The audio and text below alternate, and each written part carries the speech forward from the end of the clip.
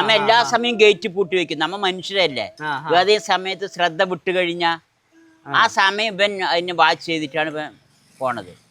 ഇവനിക്ക് പറഞ്ഞ കടയിൽ നിന്ന് എന്തെങ്കിലും വാങ്ങി കിട്ടണം, തിന്നണം എന്നുള്ള ഒറ്റ ഉദ്ദേശത്തിലാണ് പോണത്. നമ്മളെന്തെങ്കിലും നടക്കുമ്പോഴൊക്കെ വാങ്ങിക്കൊടുക്കുമല്ലോ. അപ്പൊ അതുമാതിരി കിട്ടണം എന്നുള്ള ഒരു ഉദ്ദേശത്തിലാണ് അവൻ പോണത്. അവനിക്ക് പൈസ കൊടുക്കണം, ഇതിന് പണം വേണമെന്നൊന്നും അറിയില്ല.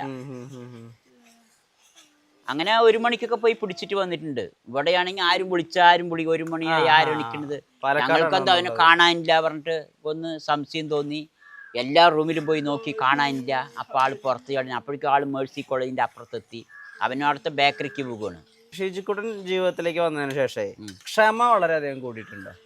ഞാൻ ഭയങ്കര ദേഷ്യക്കാരനാണ്.